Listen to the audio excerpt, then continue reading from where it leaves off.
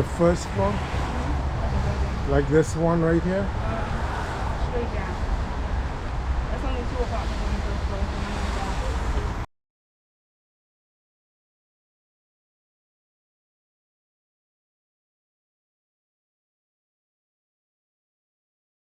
We don't know because they're not telling us yet.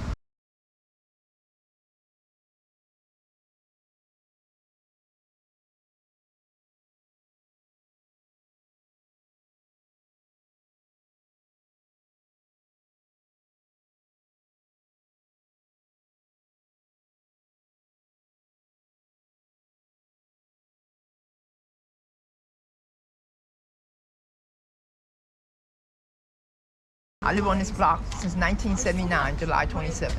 My daughter was 1 when I moved here. My daughter is 43 years old. I'm still here. Now my daughter got an apartment, and she has a daughter. And my granddaughter lives someplace else.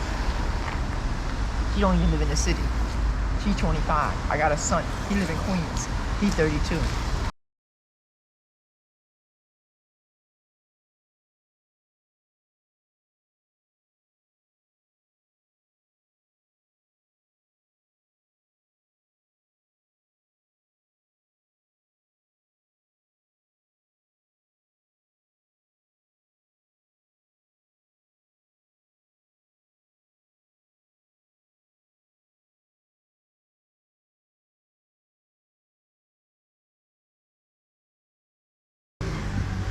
So I have a question about that.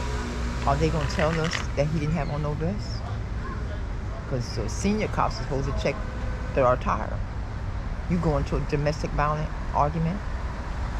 I don't know you. I ain't never been to your house. When I come in your house, you think I'm going to walk down the hall?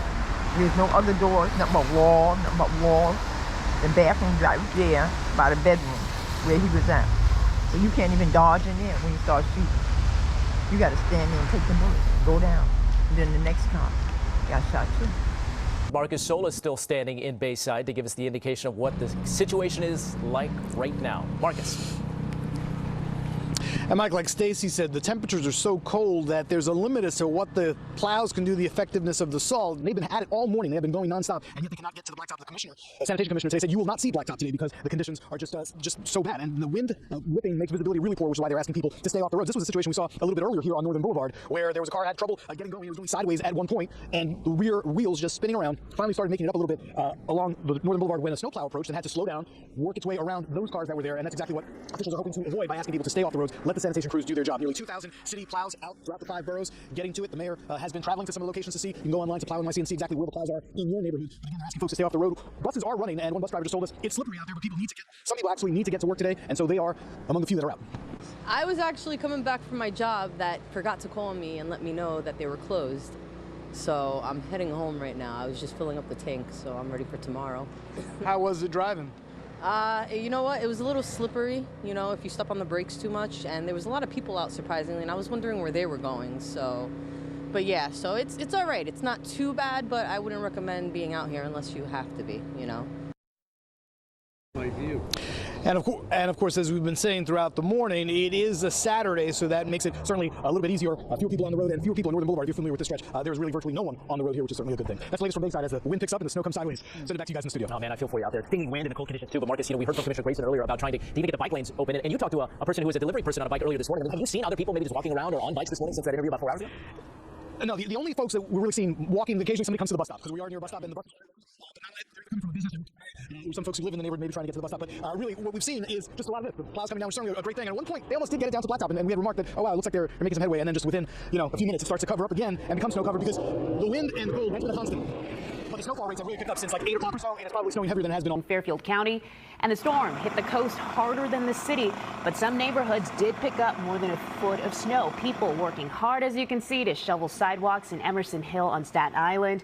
And while some worked hard, others played hard in the snow. Hundreds of people taking part in a massive snowball fight at Washington Square Park. And we have every angle of the storm covered for you. Storm Team 4's Janice Huff watching your forecast. The Storm Team 4's Matt Brickman starts us off with what's happening right now. Matt. Dilma, thankfully the storm is winding down, but this is going to be the type of nor'easter we talk about for years to come. Just shy of 2 feet of See how things are, and you're seeing varying degrees of accumulation. You're hearing the cleanup. You hear the rumble of the snow plows, and you hear the scrape of shovels on the sidewalk. That's kind of the symphony of the city at this point. It does get kind of quiet, which is not something that we're used to whenever these storms move in. Some people still out moving around. Of course, some people do still have to get to work, but the main job is staying inside today or clearing the sidewalks. This is the fact. You see this door? Two people walk in there at the same time. Can't fit. You know? So if the 2 cops went down to the room, because it's a narrow hallway, just like that. If 2 people walk down there to the room, both of them gonna get headshots at the same time. A gun goes like this. That's how a gun goes. You shoot a gun. That's why I say it's a twist to it, but the truth will never come out because both cop die and he die. So now, That's why we need to speak up about it. we still know that